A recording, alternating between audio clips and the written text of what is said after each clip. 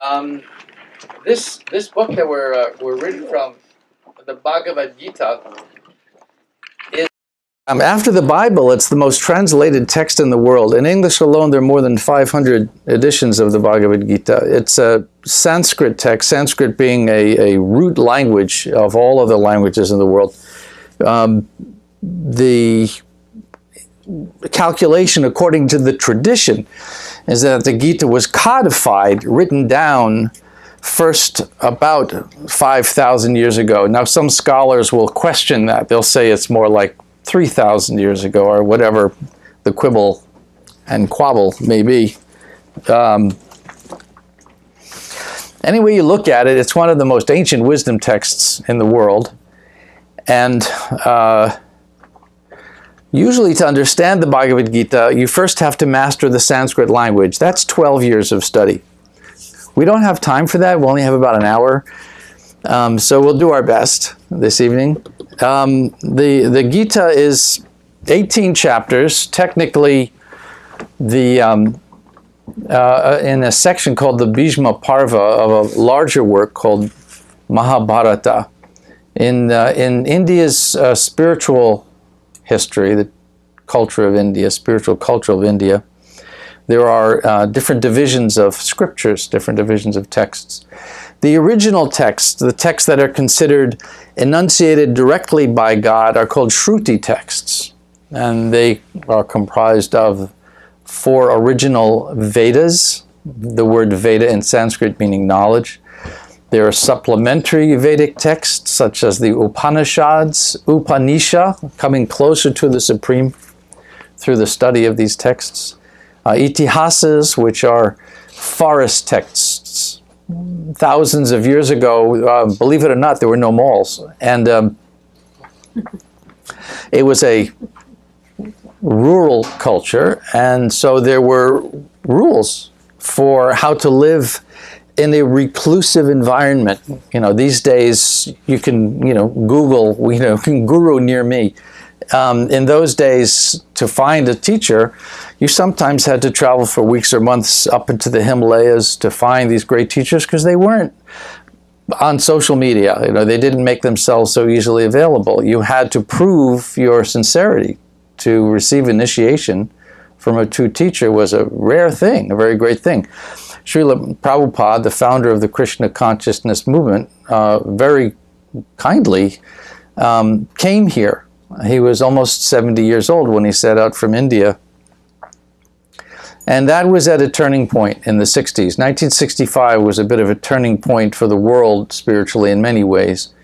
Prior to 63, there had been a legislation here in the United States called the Asian Exclusion Act, which had been enacted 1903, I believe. So it was about 60 years that people of Asian origin were not allowed to come and settle in the United States. One of the reasons why the 60s is so often identified with India, with spirituality, with mantras, with yoga, is that it was in 63 that the restriction was finally repealed by Congress, and teachers from Japan, from India, etc., were finally allowed to come and set up shop, so to speak, in America. So the Krishna consciousness movement started in 1965 when Srila Prabhupada arrived here in New York, and it happened to have been coincidentally, if you will, or some other way of viewing it is by divine arrangement, just at the time when it was possible to open a center, this one in particular. This was Prabhupada's first temple. Where we are now, this was the first center for the study of Bhagavad Gita and Krishna consciousness in the Western world. And from this place, everything fanned out, and over the course of the next, now it's 55 years later, there are something like 700 temples, something like that, around the world. Restaurants, farms, environmental villages, eco-villages, community service projects, social action initiatives, and an entire vast library of translations of the Sanskrit texts into different languages of the world. So we're here really at the place where all of that started in 1965 when Prabhupada came to set up his shop in America. And he called his edition of the Bhagavad-gita As It Is. That was intentionally meant to telegraph a message that throughout history, the teachings of Sri Krishna, the name Krishna is a name for God. It means the most attractive, the most beautiful. So it's not Hindu. It's not a sectarian name. It's a universal name for God. Throughout history, there had been a bifurcation of understanding of Krishna's teachings. Things kind of fell into two camps.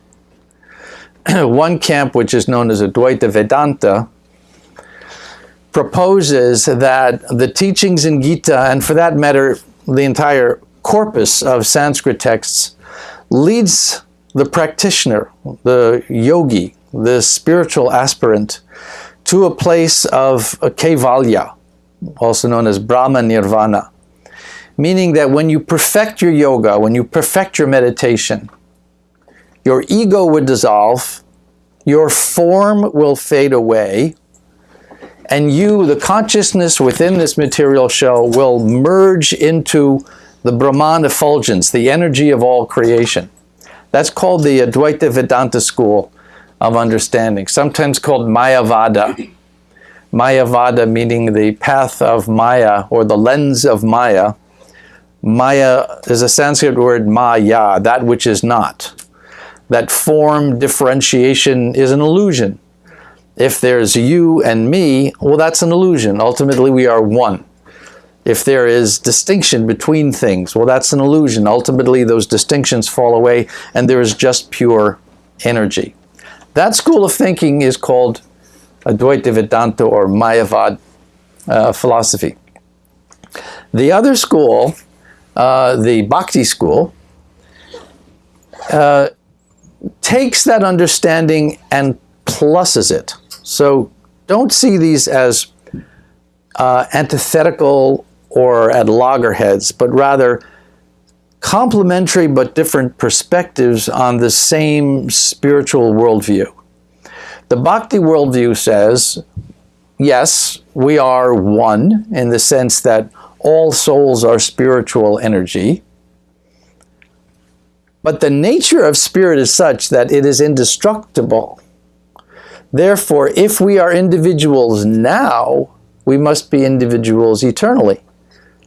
There cannot have been a time in cosmic history when this indestructible Brahman energy somehow got cut up into little pieces, little souls that were then distributed across creation, and that at some time in the future, when these souls return to their full spiritual awakening, they will get glued back somehow onto this Brahman totality. That defies the very definition of spirit. If spirit is indestructible, it cannot be cut and it cannot be glued back together. So if we are individuals now, we must be so eternally. So this is the Bhakti perspective. Bhakti perspective says that we are all God qualitatively, but quantitatively Krishna is great and we individual souls are small. And that's a beautiful thing. By retaining our individuality, we therefore also retain the capacity for love. There's no love if there's no difference between the lover and the beloved. There needs to be differentiation for love to occur. So bhakti is the path of devotional yoga through which conditioned souls, which includes all of us here this evening, can again regain awareness of themselves as eternal divine beings in a relationship of love and devotion with the Supreme Person, Sri Krishna. So there in a nutshell is the philosophy of Krishna consciousness. All life is a spark of God. At one time, some Atma sparks, Jivatma souls, turn away from that eternal relationship, enter into the material world. The longer we are in this world, the more we are forgetful of our original spiritual nature. And by chanting sacred sound, the names of God, what is called Nada Brahma, God in sound. That consciousness can be stimulated. We can return to that place of knowing ourselves as divine beings. And at the end of this life, Puna Janmanayiti Nayiti Saorjuna, Krishna says in the Gita, you come back to me. That's essentially it. Everything else is an embellishment on those basic ideas of the Bhakti theology. So we study the Bhagavad-gita verse by verse. It's 700 verses. It's not a long text at all. 700 verses is quite short, actually. And because it's so short, each word is densely packed. Let's take that word Atma, for example, that I just mentioned to you. Our host this evening, Atmanivedana. That word Atma refers to soul. It can also refer to God. It can also refer to the senses. It can also refer to all of humanity. It has many, many different definitions. Just as in French, for example. We were speaking French a little while ago. Esprit, spirit in French, can mean the energy that you bring to an engagement. You know, the spirit with which you undertake a project. It can mean soul. It can mean consciousness. It can mean behavior. It can mean the essence of something. It has many, many different meanings. So how to know which of these meanings is the proper one within the context of these verses of the Gita? That's where a teacher comes in.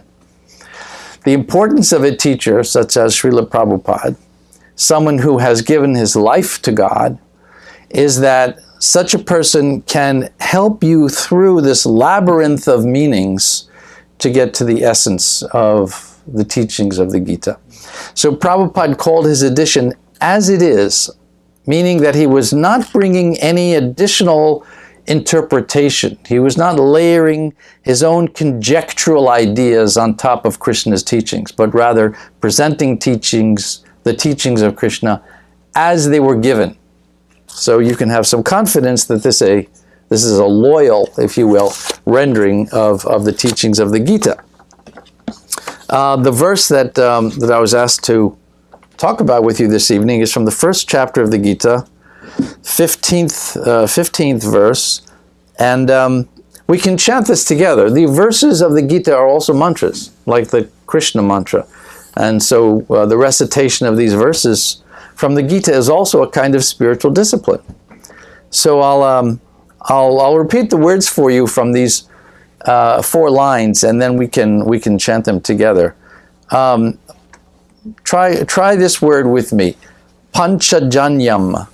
You try that. Panchajanyam. Rishikesho. Devadatam.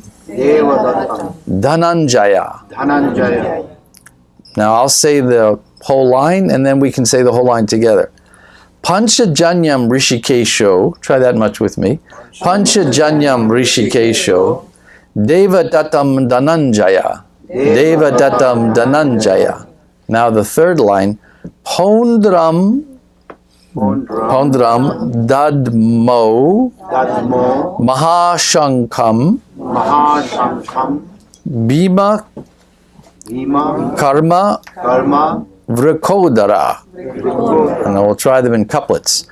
Pandram Dadmo Mahashankam Bhima Karma Vrakodara. All right, let's try it all together. Pandram Dadmo Mahashankam Pandram Dadmo Mahashankam Bhima Karma Vrakodara.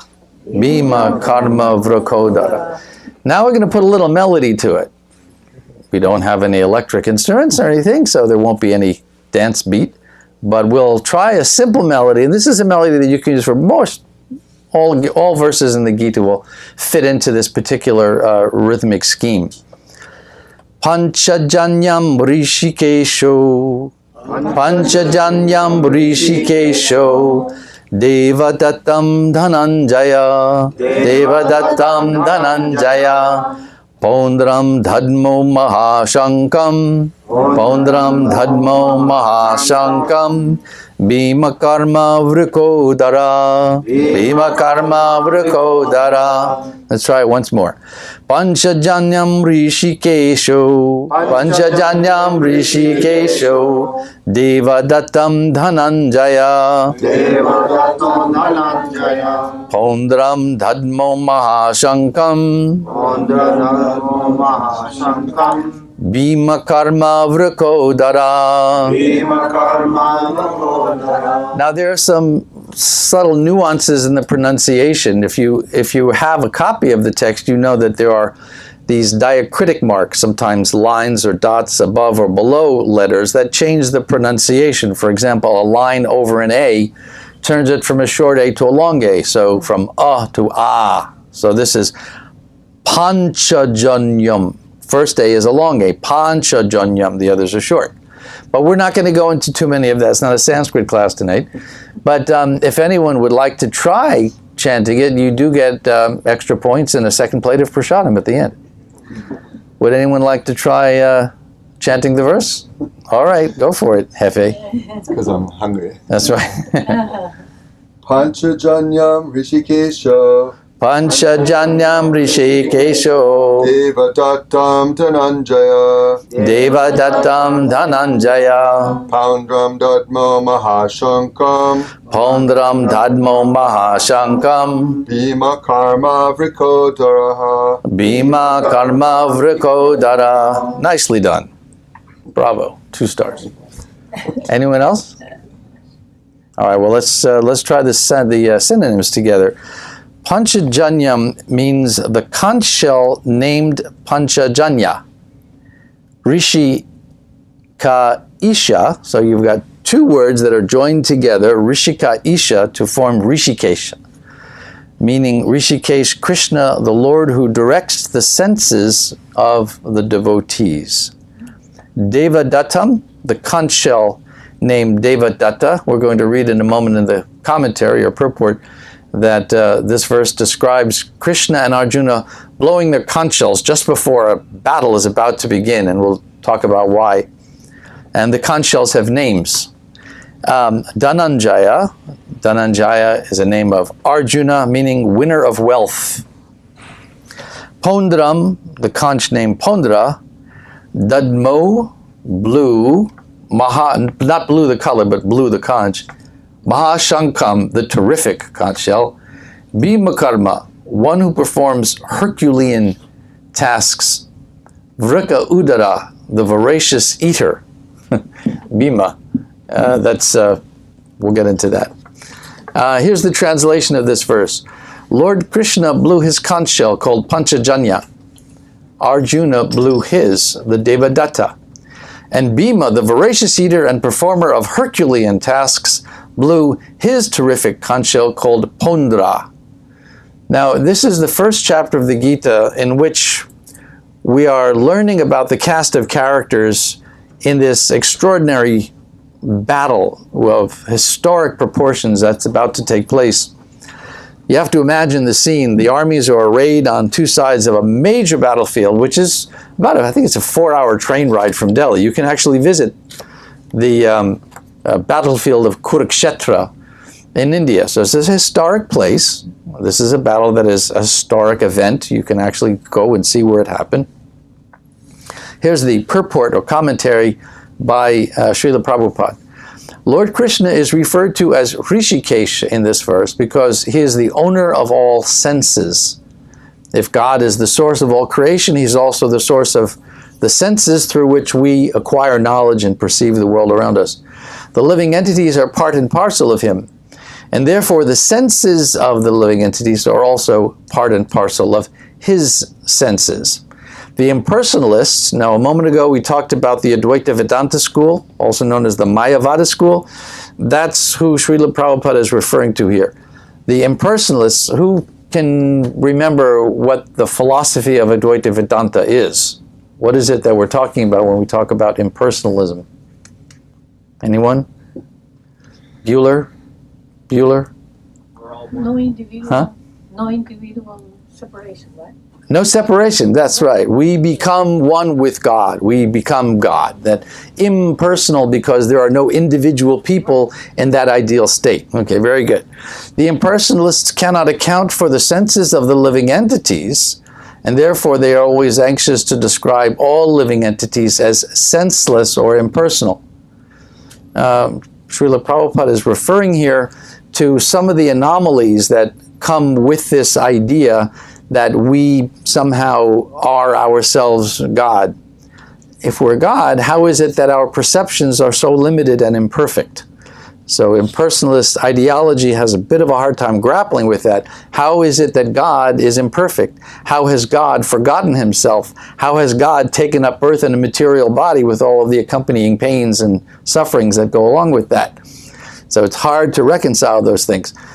They cannot account for that. Therefore, they're anxious to describe all living entities as senseless or impersonal. The Lord, situated in the hearts of all living entities, directs their senses. There is a signal coming to us at every moment from within our hearts. Ishvara sarva bhutanam hrideshe arjuna tishtati. Later in the Gita, Krishna describes that he is seated in our hearts as the super soul, Paramatma. We are Atma, we're souls.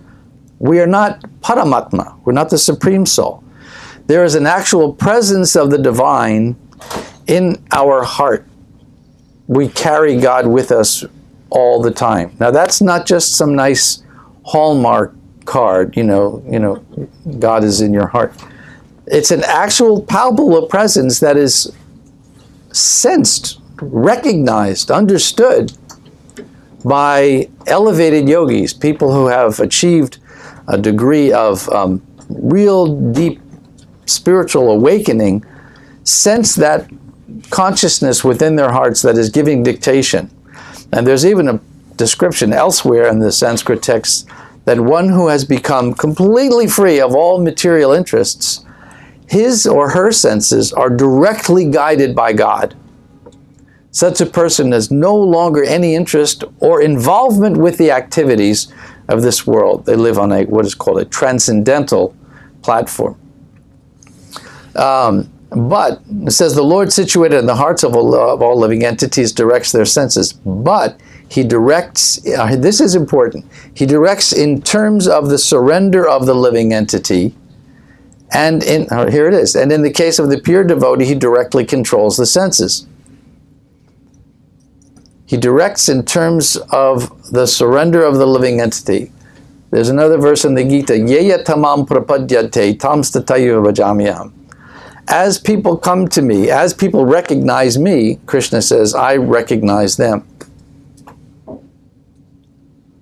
Now, that's deserving of a little attention. I have a brother who's a scientist, and we sometimes differ on why anything exists at all. And the recognition of God for someone who doesn't believe in God is death. There is some higher force in our life, whether we wish to accept it or not, some higher energy is involved, which has, incidentally, is why in India sometimes you'll see, if you go to temples, Hindu temples, there are many posters or paintings of different divinities, different deities. You'll see Shiva, Parvati, Saraswati, the goddess of learning, Lakshmi, goddess of wealth, and so on. Ganesh, the elephant-headed divinity, different gods and demigods. Not everyone is looking for a pure, unsullied relationship of complete self-sacrifice and love for God.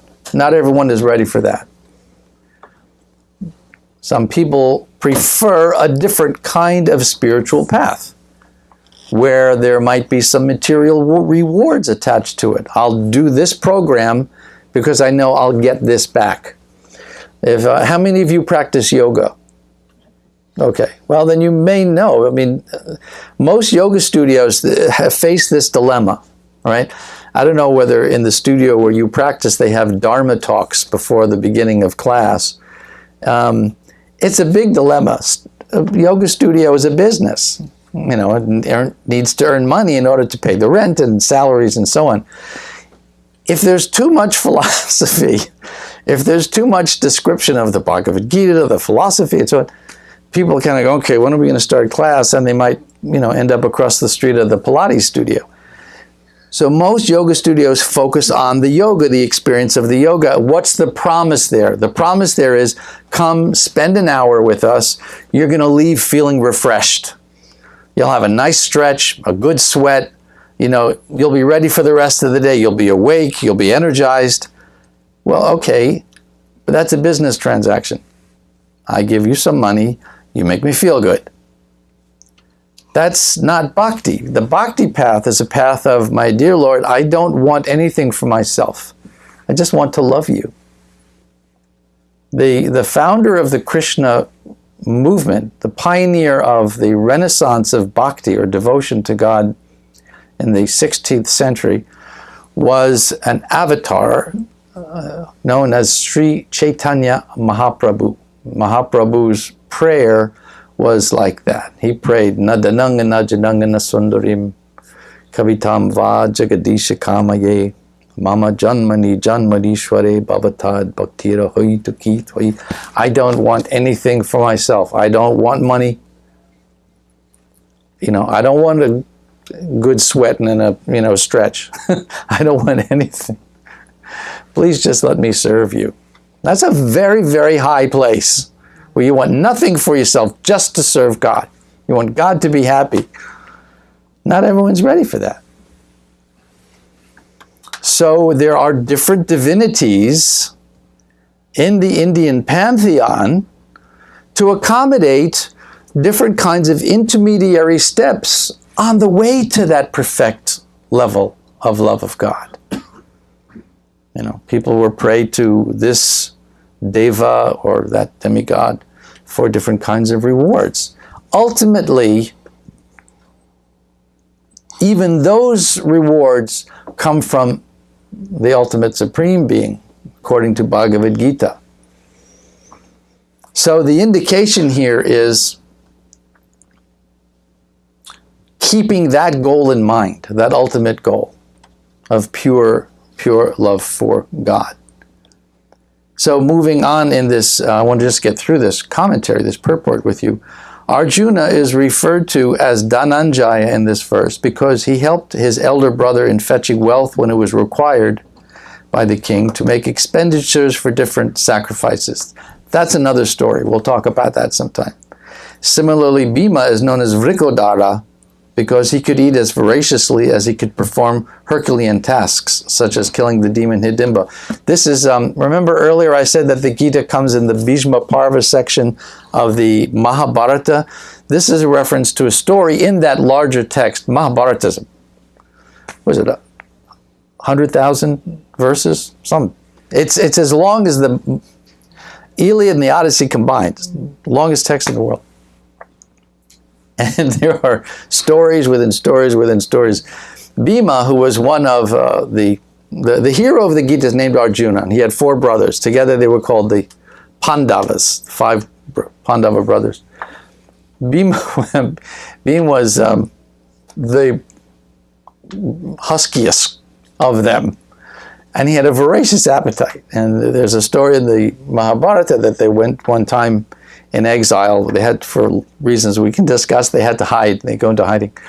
And they found themselves in a village where the villagers were very sad. And they asked, why the sadness? And they say, well, on the outskirts of our village in the forest or in the jungle, there's this demon Hidimba who is so powerful, none of us can fight him.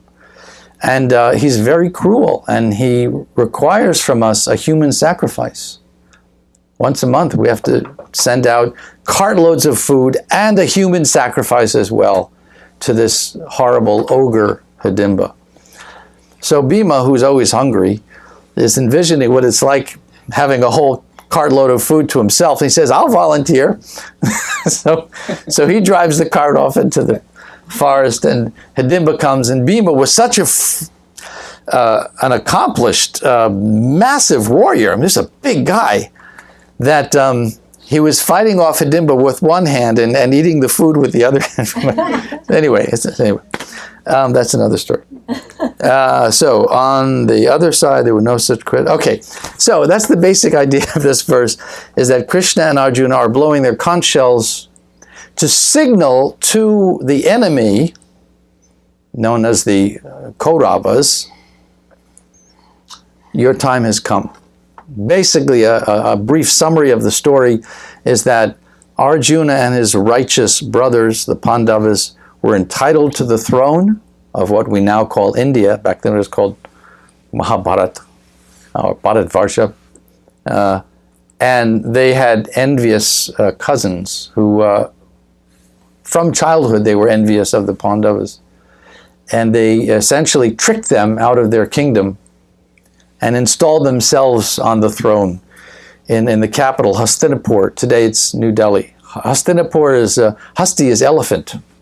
And maybe if any of you garden here, well, you know hastas are these big leafed elephant ears. They call them elephant ears. So hasta, in the elephants. Hastinapur, the city of elephants, capital of India at the time. And I forgot where I was going with this. So you, Excuse me? Kauravas and the Pandavas. Oh yes, Kauravas. So you have these two warring factions, and Arjuna and his brothers tried everything possible to get the Kauravas to see reason. You know that, look, you're doing harm to this citizenry. You have to stop that. We'll do anything we can to persuade you to stop this hurtful behavior. What can we do to get you to change? You want to keep the kingdom? Fine, keep the kingdom, but there are certain rules you have to follow.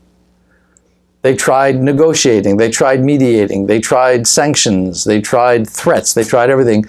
And the Kauravas were so spiteful that the response was, the Pandavas said, all we need is one village each. There's 5 of us, give us one small village, because we're Kshatriyas, we're warriors. We have to have something to administer. The Kauravas were so envious, they said, we will not give you enough land in which to drive the head of a pin. And at that point, war was inevitable. Right? So sometimes there's a misunderstanding that the Gita advocates war. It does not advocate war.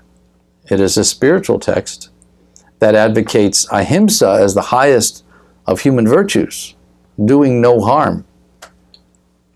But doing no harm includes stopping others from doing harm. If you see harm being done, you have to intervene. And if you do not intervene, then you are implicated in the consequences of that harm.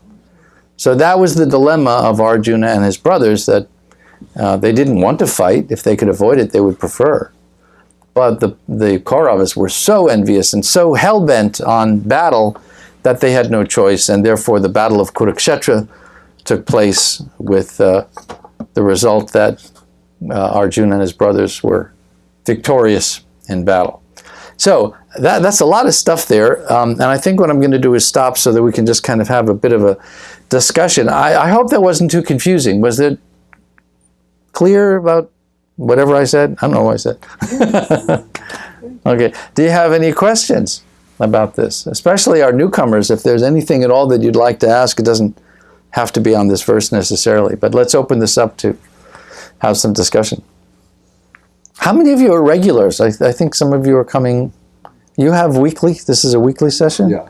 Yeah. How many of you are weekly attendees here? Oh, that's most of you. Okay. Great. Well, it's nice to. Some of you I've met before. It's good to see you again. Right. Yeah. I have a question which maybe it is related or maybe it's not related. But there's a puja, a darshan, and a puja where they sound the conch. So do you know what it is? The sound of the conch, yes. In pujas, when Sure. you go to services. Yes. What is The conch shell, by the way, there are 2 kinds of conch shells. There's a right-handed conch shell and a left-handed conch shell. Sometimes the swirl points this way, counterclockwise. If you're going to buy a conch, get one that goes clockwise. The right-handed conch shell is the one that's considered auspicious. And when you cut the end of the conch shell off, it forms a hole. And when you blow into it like a trumpet, that sound from the conch is considered the closest that one can create with an instrument to the primal creative Bij mantra Om. That is the closest you can come to the sound Om with an instrument, is blowing through a conch shell. And in this instance, the blowing of, when Krishna and Arjuna blew their conch shells, it was sending a signal to the Kauravas that your time has come. It is described in a few verses later that sound sent terror through the hearts of the Kauravas. Just hearing the sound of that conch shell, they realized that's it. our days are over. Is this the time when Lord Krishna showed Arjuna that he's the Lord? When he opened his mouth?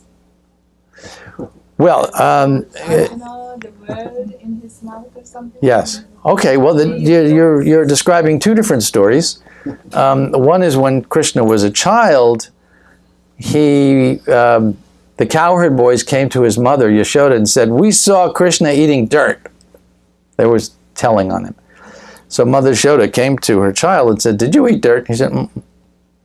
She said, "Well, show me, open your mouth." So he opened his mouth, and in Krishna's mouth, his mother saw the entire cosmic manifestation, because he's God. Even playing as a child, he's still God. But in the Gita, you're correct. There is a revealing of the Virata Rupa, the universal form, in the 11th chapter of the Gita. And that was at a point where Arjuna, remember, there's 18 chapters, so by chapter 11, he's pretty much convinced he needs to fight this battle. But he's asking Krishna, what happens in the future? People are going to look back and they're going to say, "Oh, sure, Arjuna fought. He's Krishna's friend. They grew up together. Of course he's going to do what Krishna wants him to do." Is there something you can do, Arjuna asks Krishna, that would be evidence, objective evidence, that your teachings are of universal application? It's not just for me because I'm your friend. I'd like to see your universal form. Show me for future reference that you are the Supreme Being. So Krishna does reveal that same form that Mother Yashoda saw, but in a much more horrible fashion. The universal form that Krishna revealed on the battlefield of Kurukshetra was terrifying. It was destruction and death and disease and the end of time and the explosion of universes and the futility of all endeavor in the material world and the sadnesses that essentially it's every reason anyone ever want to be an atheist. It's right there in the 11th chapter. But it was important because now we have, if you will, a foundation of Krishna's divinity upon which the battle can now proceed. So, yeah, good question. Thank you so much. Yeah. What's your name? Owen. Owen. Nice to meet you. One of Chaitanya's predecessors, Madhvacharya, right? He taught a doctrine of a hierarchy of souls, and one of those hierarchies is apparently destined for eternal damnation, like in the Christian sense. Is that something that was retained by Chaitanya's teachings, and what's the justification for that? Right. That's a very scholarly question. Owen is asking about predecessor teachers in the Bhakti lineage. In the Gita, Krishna describes for Arjuna that I'm giving you these teachings about your immortality, the ways for reviving knowledge of yourself as an eternal being, the ways this world operates, how to live in this world without becoming entangled. All these teachings are there in the Gita. And he describes that this is not the first time I've conveyed these teachings. These teachings have always been in the creation, and at different times different degrees of those teachings are revealed. Sometimes they appear lost, and that's when the avatars come to reestablish the lineage, to reestablish the teachings. So Owen is referring to one of the great acharyas, or spiritual teachers in the Bhakti lineage, and there are many going all the way back through to before recorded history. There has been an unfolding of the Bhakti worldview, if you will, over the course of the generations. And Madhvacharya, Ramanujacharya, Nimbarka, Vishnu Swami, and others have all made their contribution to our understanding of there are three categories of knowledge: Sambandha, Abhideya, and Prayojana. The nature of the soul and nature of God, the Supreme Soul.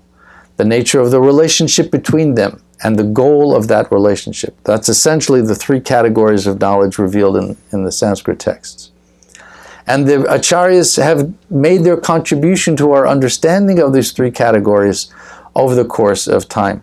Chaitanya, who you're sitting under his painting there, Mahaprabhu brought what we would consider today to be the most intimate inner core of bhakti teachings to the world. By popularizing the chanting of the Krishna mantra, he was essentially distributing to everyone, regardless of their academic qualification, an understanding of their relationship with the Supreme Being through loving devotion. So yes, those earlier stages of teachings have all been retained. I mean, Ramanujacharya, Madhvacharya, these are revered teachers, and their commentaries on the Gita are studied to this day. Going back to the 12th century, 13th century, these are very important teachers. The Krishna consciousness movement is, in a sense, the Chaitanya Sankirtan movement. We take our cue, if you will, from Chaitanya Mahaprabhu, who appeared in 1486, and his stay on earth ended in 1533. So during that short span of time, he brought this most intimate, most profound understanding of the possibilities of the soul entering into a loving relationship with Krishna and different rasas, different flavors of love. So yeah, it's there, but the emphasis is on Chaitanya. Good question. Anybody got an easier question? Yeah. Yeah, Hare Krishna. This gentleman and then you. Hare Krishna. Okay, so I know that when it comes to Krishna and God, or Krishna, when it comes to Krishna, our knowledge of Krishna is always going to be incomplete, meaning that we can never completely understand God, right? Because that's just kind of beyond our understanding. Mm-hmm. And so you mentioned that Prabhupada was saying that the impersonalists said that we all had individual souls, but they were connected to Krishna, and so we're not God ourselves, because if God was this, spirit can't be divided, right? I think you mentioned. Mm-hmm. And so my thing is, or what I ponder about is, whenever we speak about God, we usually say that God is like this omnipotent, almighty being. And so if Krishna wanted to, for some reason, divide itself into how many ever pieces it wants to, it should be able to do that, correct? Of course, Krishna can do whatever he likes. I'm not sure I understand your question. So I'm saying, because if I got this correctly, you were saying that Prabhupada mentioned that the impersonalist people Mm-hmm. believe that we are Krishna. Right. Impersonalism means that there is no individual person. That we are all the same, one undifferentiated, immortal energy, without distinction between you and me and Krishna. We're basically all Krishna. That's the Mayavada concept. Right. Right?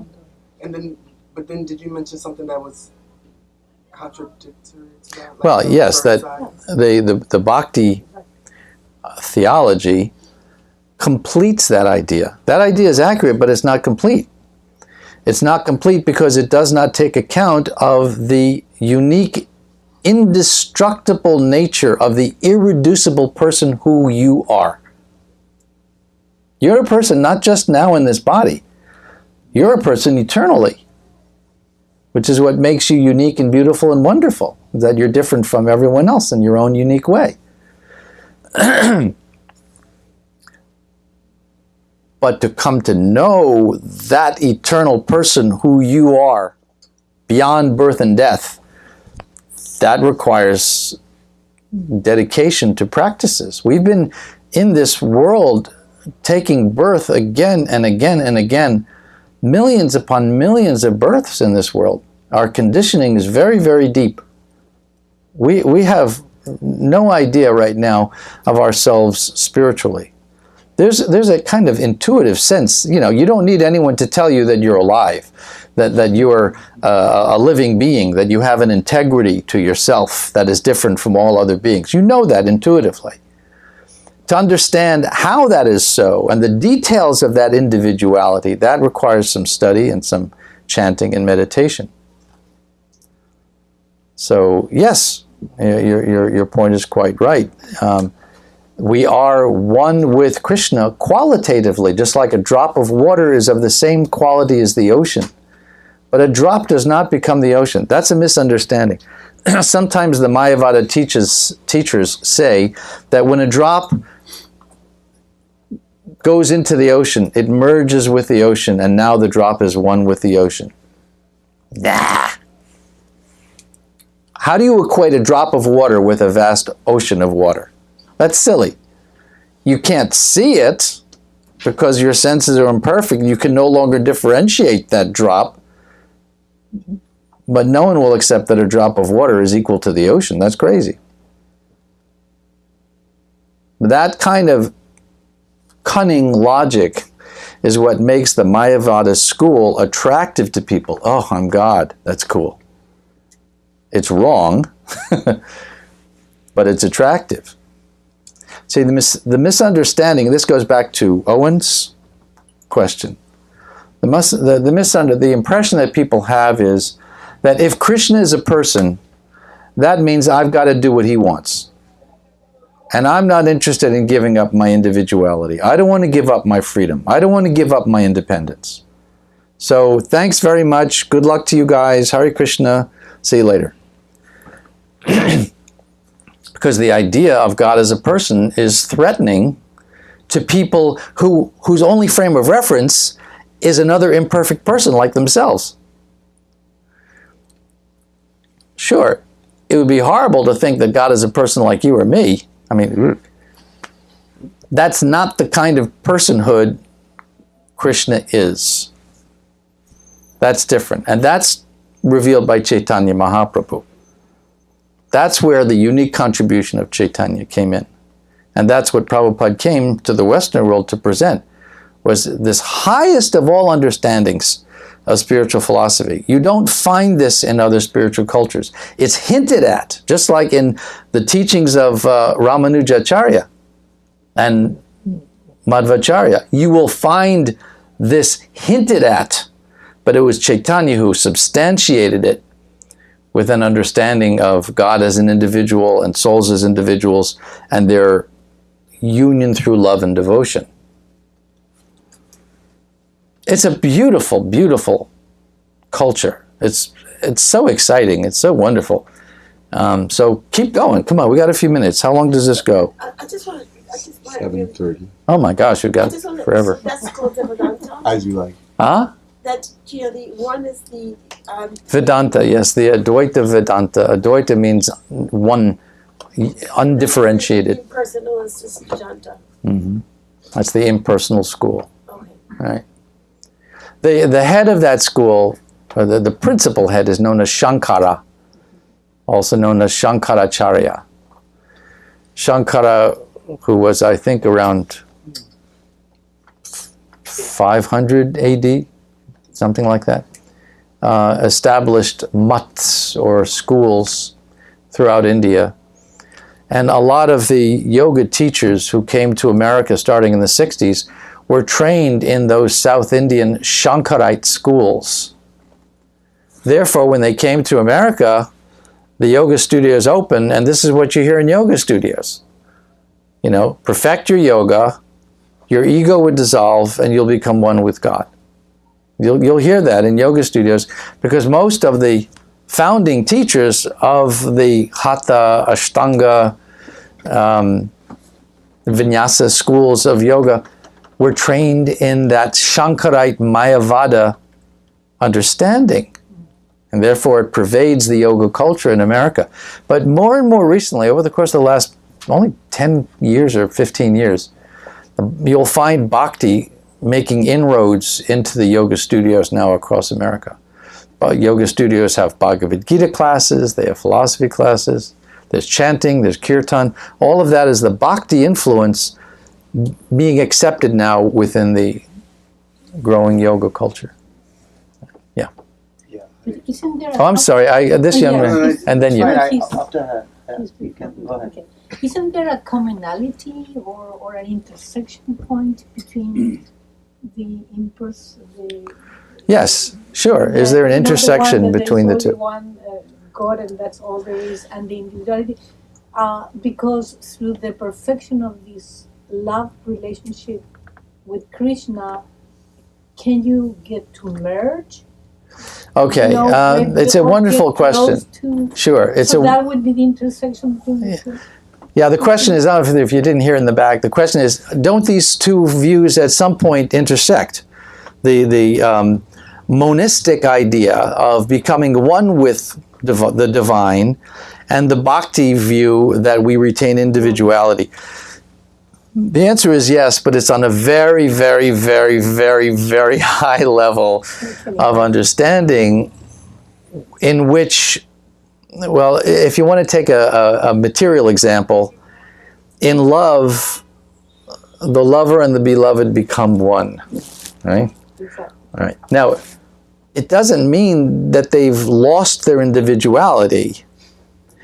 It means that they now share their lives together. They now share interests together. They now share each other's well-being in common.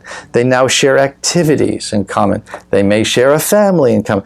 In so many ways, they are one. They are a union, a unit through love, but they retain their individuality. So there are even moments in bhakti when there's a sense of, I am Krishna's and he is mine. That union through love is so intense that it's almost as though there's no distinction. But the soul never becomes the supreme soul. That's the line of demarcation, if you will, right there. There's a sensation of it, there's a sentiment of it, because love is so intense.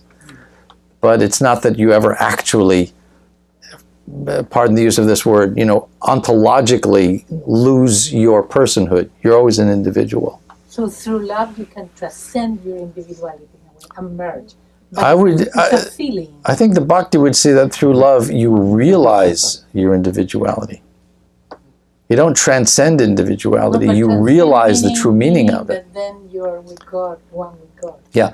The individuality that you have to transcend is the body individuality. Right. That ego, yes, that you have to lose. That this is me.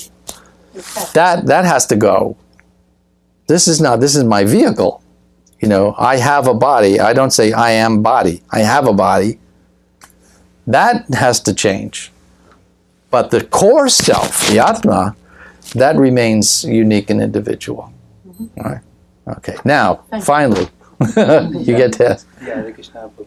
So, I was reading your, introduction. So you've been the disciple of Prabhupada.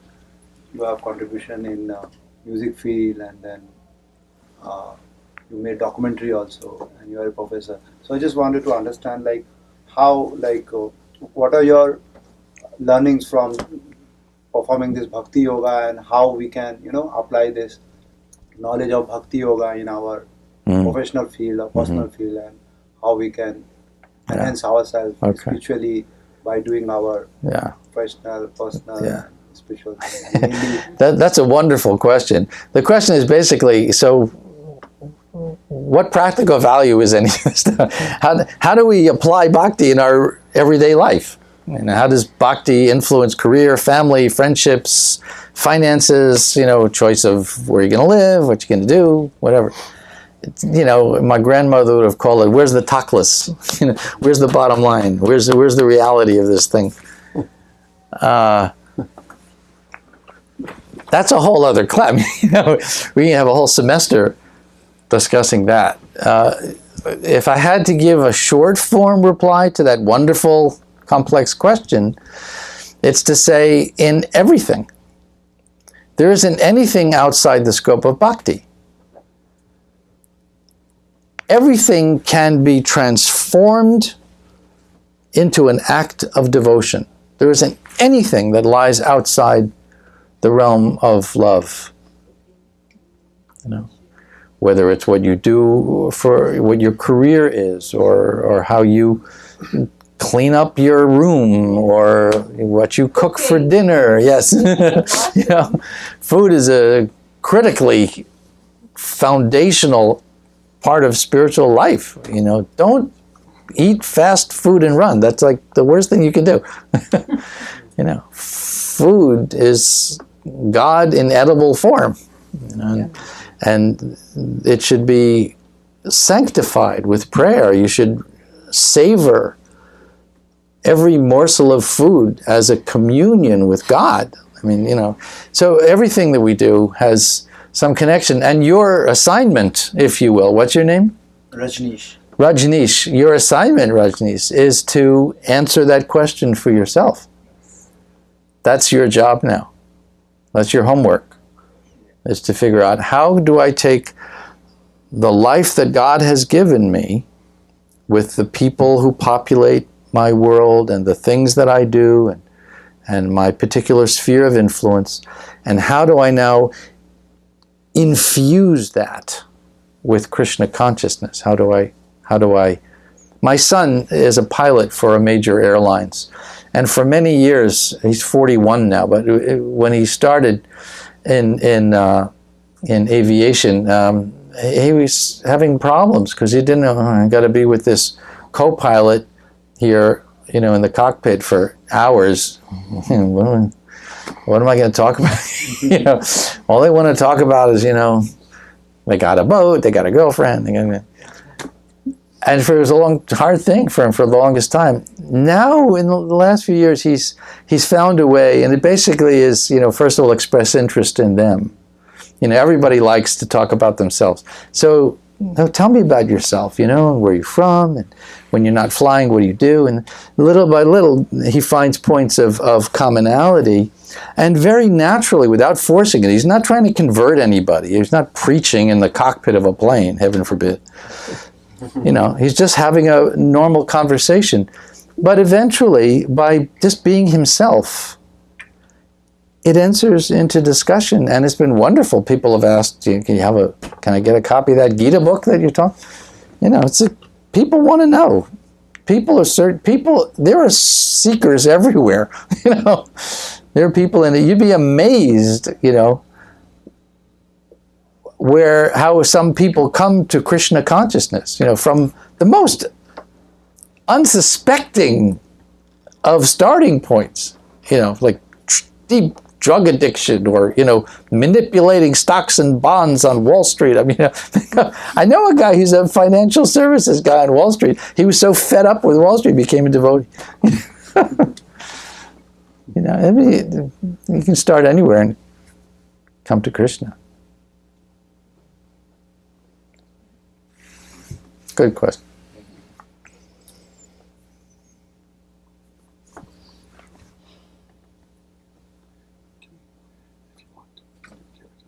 Mm-hmm. If you want to, we can move on to the next step. If that's your preference. Well, we can just wait a few seconds. Okay. I'm guessing that people are forming questions.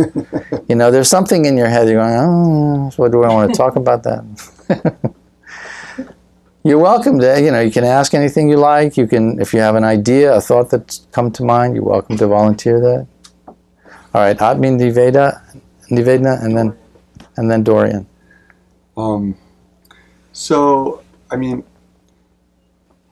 philosophically, I think the answer to my question I'm about to ask is sort of obvious. It's about, related to the question, applying Krishna consciousness in practical life. So, I mean, Krishna was telling Arjuna to fight on a battlefield. So it's a war, there's fighting, do your duty, think of me while you're fighting, offer the fight to me in this way. You'll be relieved of all sinful reactions and you'll please me. So my question would be, how would you apply Krishna's teachings when your job involves fighting with others who are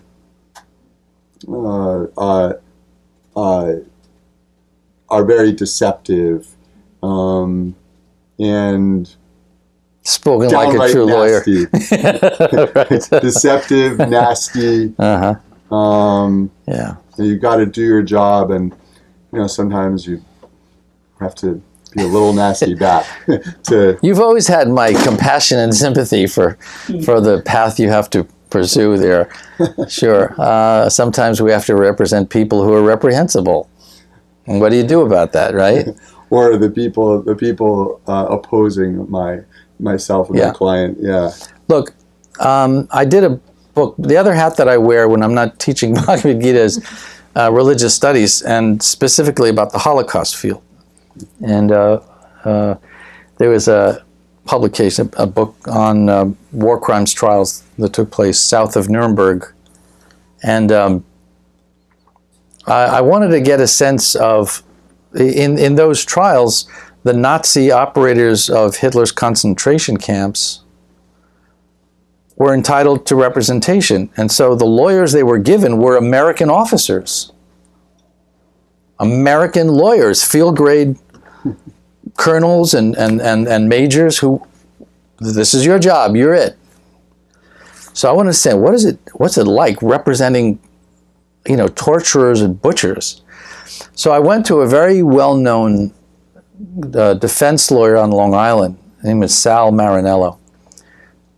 Marinello is known for having represented mafia bosses. He was a, defense lawyer for the mob. And I asked him, so what's it like trying to prove a mobster innocent? He said, no. Innocent is a moral term, not a legal term. My job is to show that my client is not guilty of the crimes that he is accused of having committed in the language in which that charge sheet has been written. So I'm not defending a mobster, I'm defending a system of due process of law.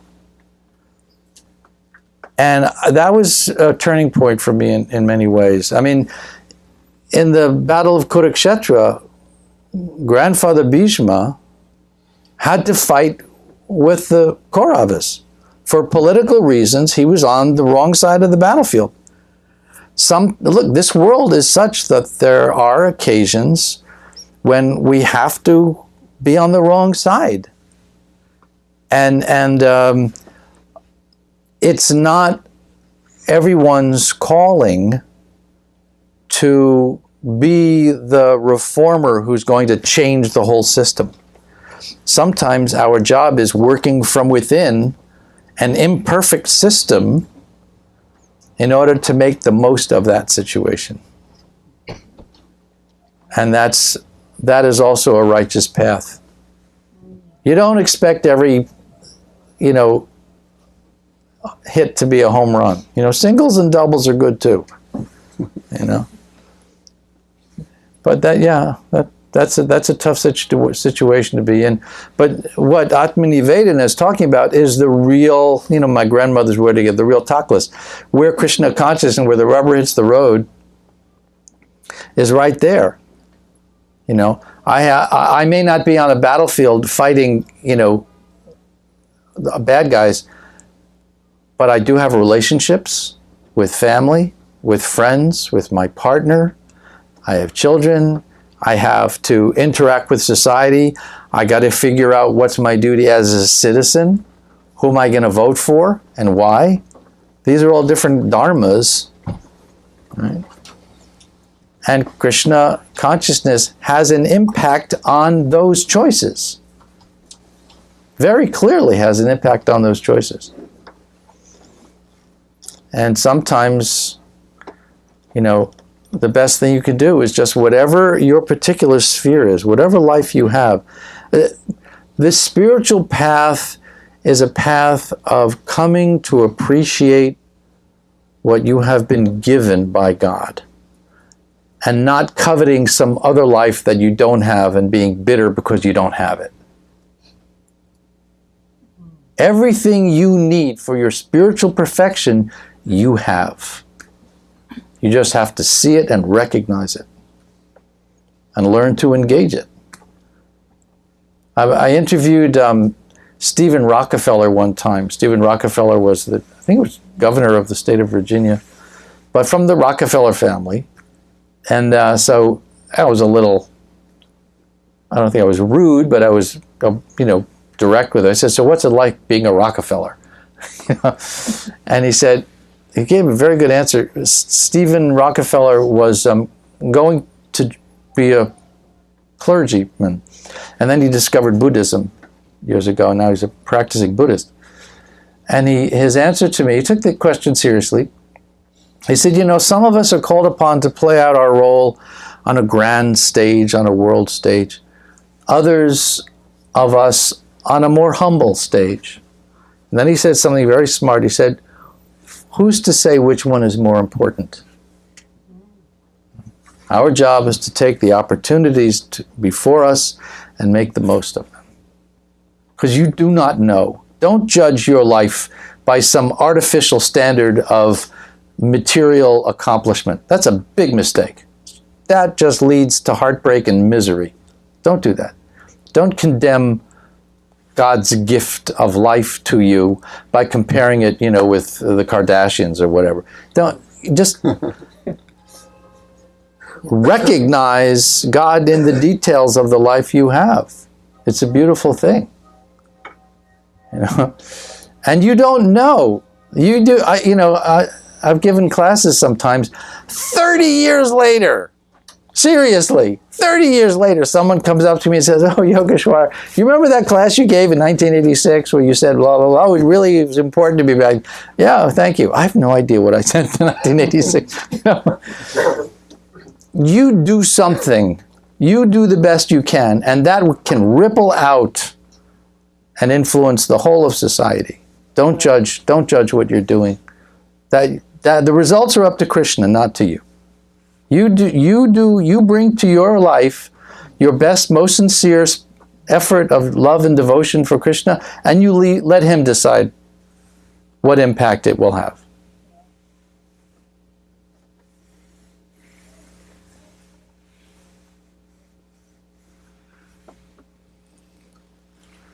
So it's accepting the intrinsic value of life and thanking Krishna for having given you that life, right?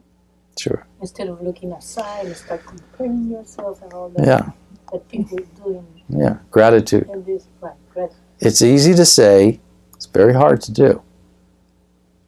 How can you expect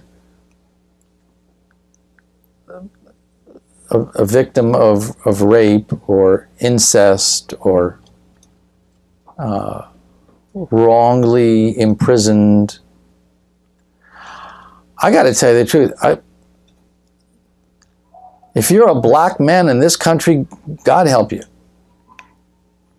I don't know how people make it in this horrible place where the prejudice is so blatant. I don't get it. And it's much better than in the past. Well, but to ask, what I'm saying is that gratitude is a hard thing. When the going is easy, yay, thank God. Thank God. How's everything going? Great, thank God. Find me someone how's it going? Horrible. Thank God. That's rare. That's a very, very profound place to be, and that takes a lot of work. A lot of work. We have these superficial understanding of satisfaction, achievement, fulfillment, happiness, love, very shallow, to embrace the true depth of those emotions. I mean, on a transcendent level, on a level of knowing God, you better keep chanting. That takes a lot of effort, a lot of cleansing away of misunderstandings of things.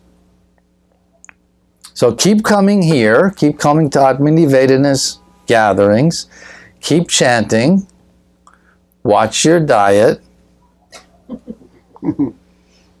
exercise, important, and do something nice for somebody else.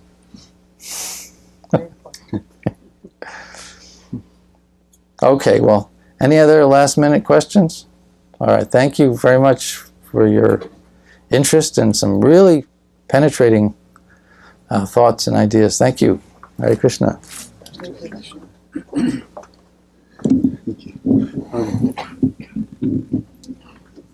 you.